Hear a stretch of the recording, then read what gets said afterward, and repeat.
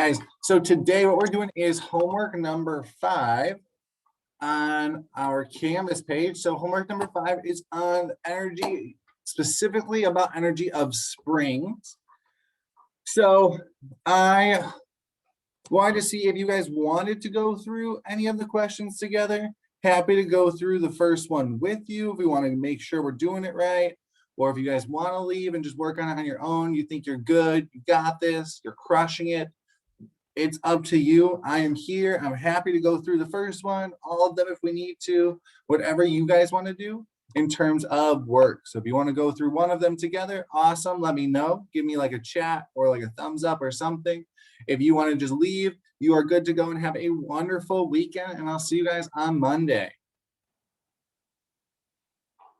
Have a good weekend. Thank you, you too.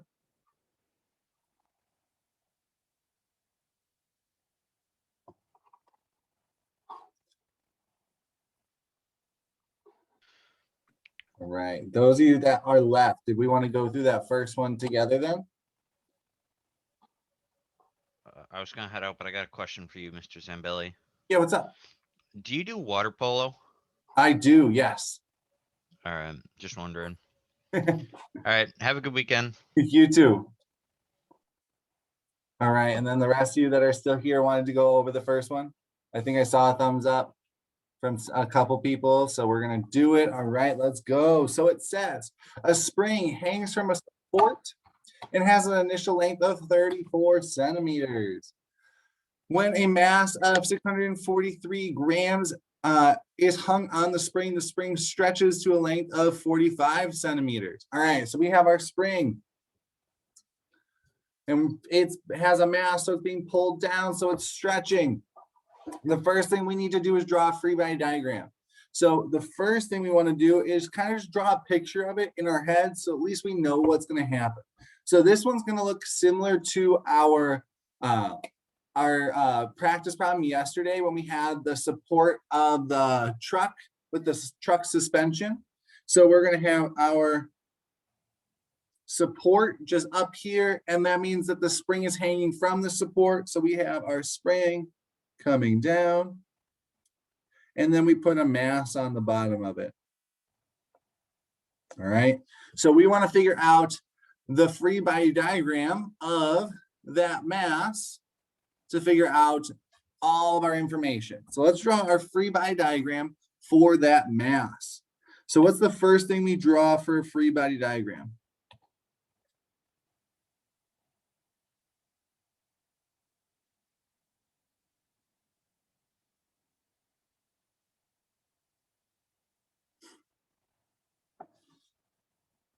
The forces? The forces. All right, so let's draw our box. We got our wonderful box. What forces do we have on that mass? Spring force. The spring force. Which way is that one going? Up. Up. Perfect. And what other force do we have?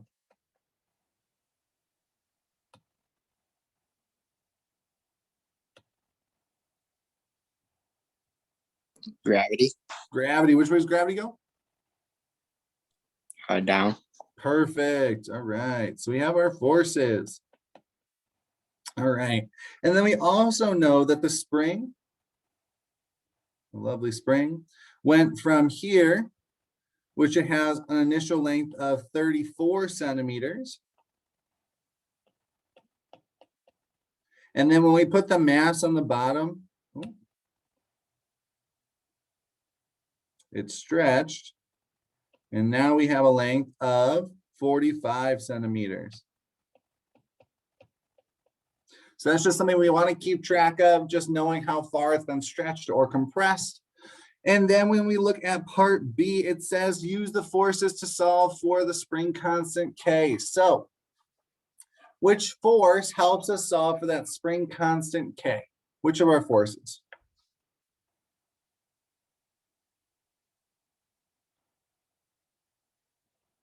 Spring force. The spring force. All right, so we need that spring force. All right, and up here, does it tell us what that spring force was? Does it tell us somewhere there? Do we have that value already?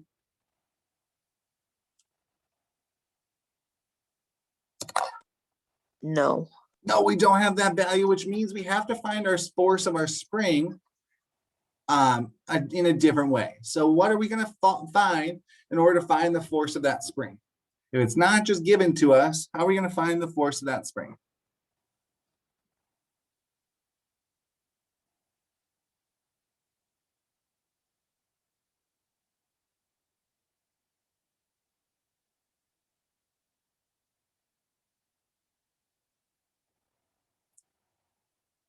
What else could we set this equal to if we don't know its value? Gravity. Gravity, perfect. So we're going to solve for gravity because the mass is just sitting there. It doesn't say it's bouncing up and down. It's not oscillating. So it's not bouncing up and down, which means that gravity and the spring force are going to be the same value, which means that what we can do is we can solve for gravity and then use that gravity to then solve for our spring constant K. So how do we find gravity? What equation do we use to find gravity?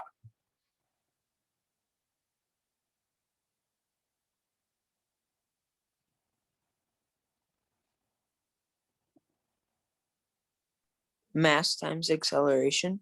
Perfect. And our acceleration due to gravity is going to be G. All right. So we have mass times the acceleration due to gravity. Do we know both of those things? Yeah. All right. Who could tell me the mass?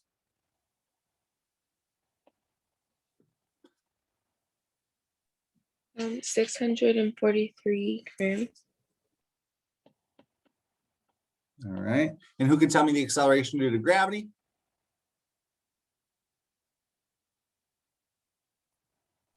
$9.81.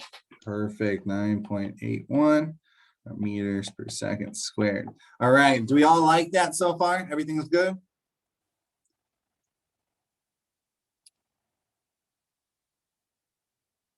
All right. I have one little issue, and that's when we are solving for force. We have mass times acceleration. Our units for force are newtons, which means we have to have the correct units over here. So what are our units supposed to be for mass? Isn't it supposed to be kilograms? Exactly. We got to get kilograms times meters per second squared. So we're super close. We're just not quite there yet. So what is this in kilograms?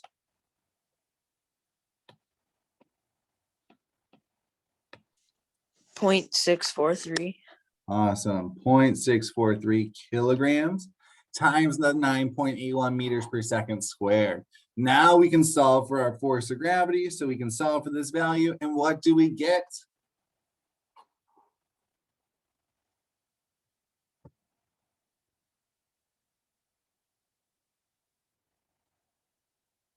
.3. 6.3. Awesome. 6.3 newtons. All right. Now that we have the force of gravity, that means we also have what other force?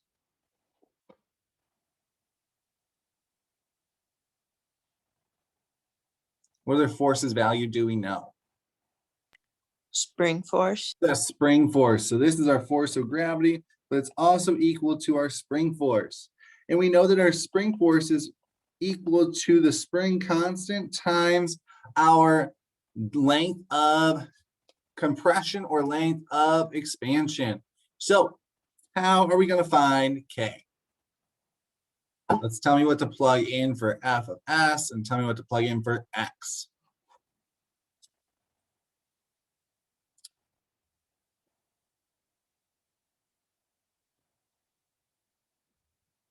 Oh, perfect. Sig figs. There do need to be 3 sig figs up at the top because this starts with 3 sig figs.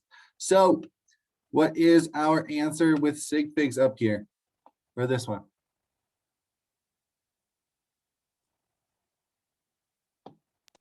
.631. 6.31. Awesome. Ooh. Newtons. Perfect. All right. So now, what values do we know that we can plug into this equation right here? To this one right here. The 6.31.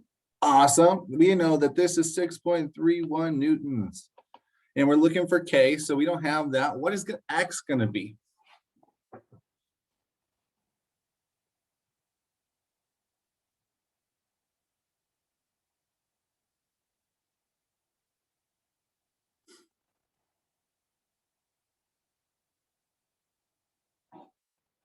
X is going to be the distance, and it's the distance of stretched or compressed for the spring. So what is my distance going to be? What do we think?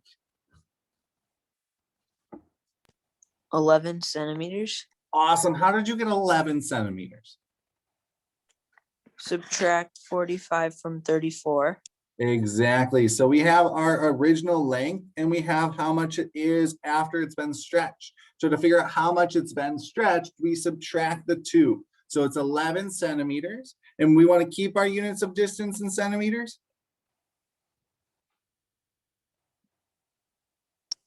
In meters. In meters. So what is 11 centimeters in meters?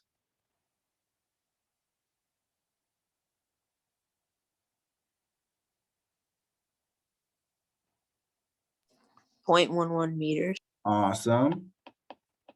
All right. How do we get K by itself?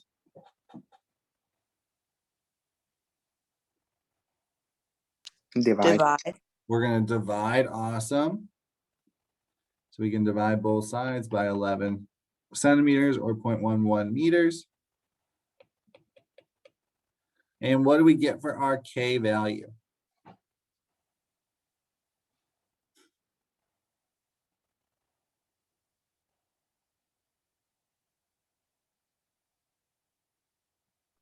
$57.4. 57.4 Newton meters. And are we in sig figs for this one?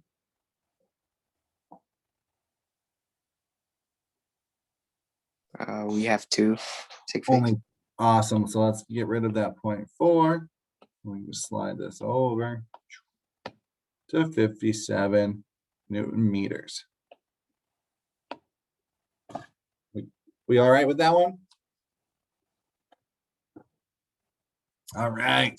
So the last question there, part C says the mass is lifted back up at 34 centimeters. So it's back to its normal length.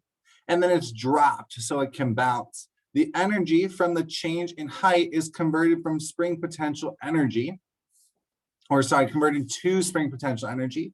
How far down does the spring bounce? Can you guys still hear me? I don't know what's my computer's saying that the volume changed. So can you hear me? Yeah, you just like Yeah. glitched out for a second.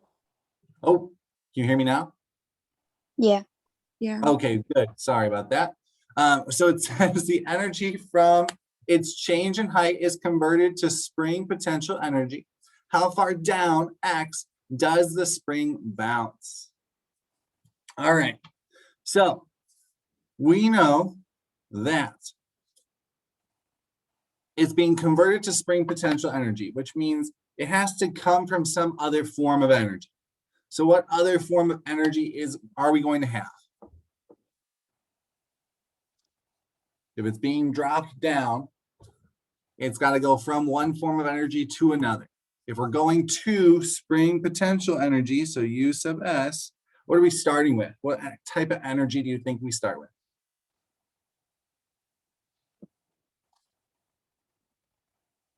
Awesome. We're starting with gravitational potential energy because we have it at a height and then it's going down some height. So we have U sub G is equal to the U sub S. We're converting all of our energy from gravitational potential to to spring potential energy. All right. So now let's rework this and let's just work it out with our formulas. So what is my formula? How do I find gravitational potential energy?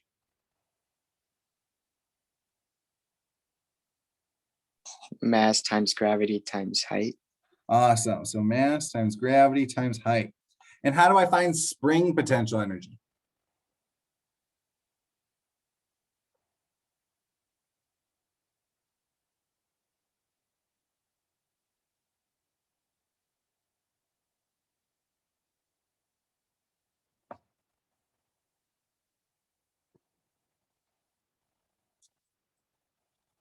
What's the equation for spring potential energy? 1/2 times K times X squared. Awesome, 1/2 kx squared, awesome. All right, so we know that we are gonna be looking for this x right here. So we're looking for x, which means we should have the rest of these variables. So let's just go through, do we have the mass of our object? Yes. Do we know the acceleration due to gravity? Yeah. Do we know the height? Yeah. All right, do we know the spring constant? Yeah. All right, so we have everything except for our x, right? So let's find x. So what is my mass?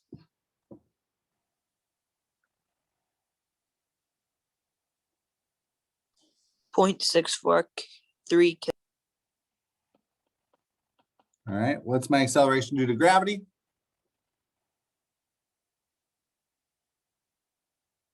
.981. All right, what's my height?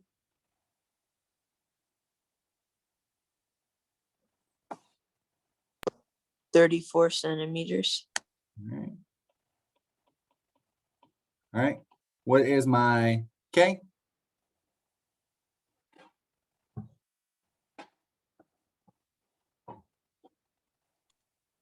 Uh, 57.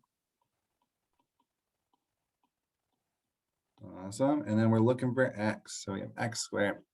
All right, there's one tiny issue I have with this one.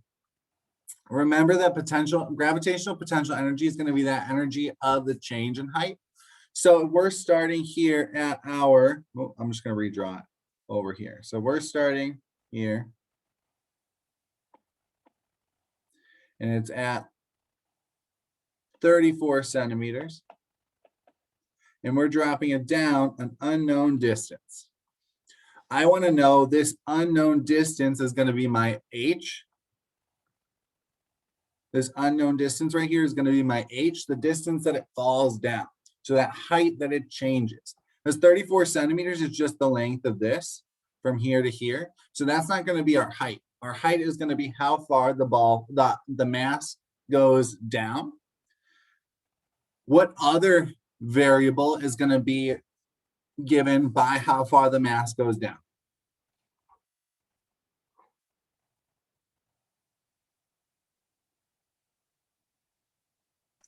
X. X. So this is also x, which means h and x are going to be the same value for this one. So h and x are the same because we just want to know how far the distance has changed. So instead of this 34 centimeters, we're going to change that. We're just going to leave it as x because it's going to be the same as our x. Do you have any questions on that?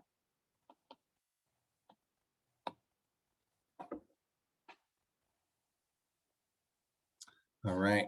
So then how do we get all the x's on one side?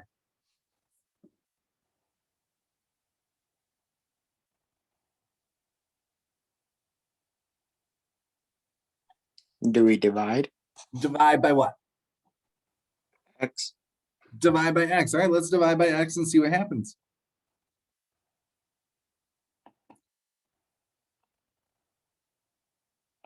All right, if we divide by x on the left side, what happens to our x's?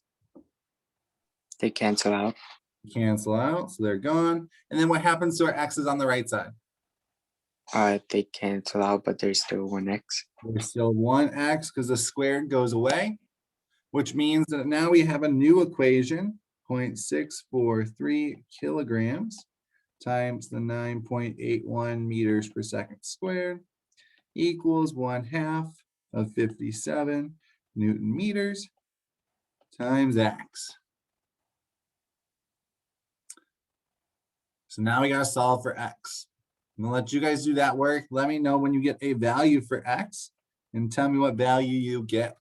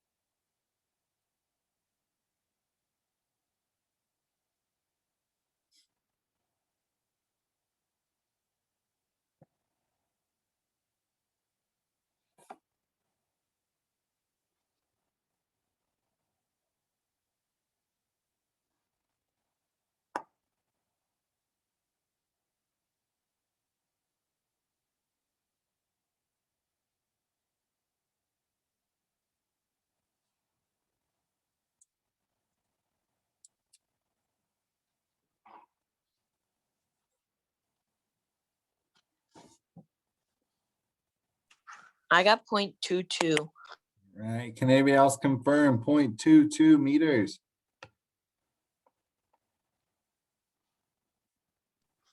Yeah. All right, perfect. That is correct. 0.22 meters is perfect. How do we feel about that? About this problem? Any questions on this problem? All right. All right, then you guys have the 3 other problems to work on. Let me know if you have any questions. You do not have to stay, but if you want to stay, I'm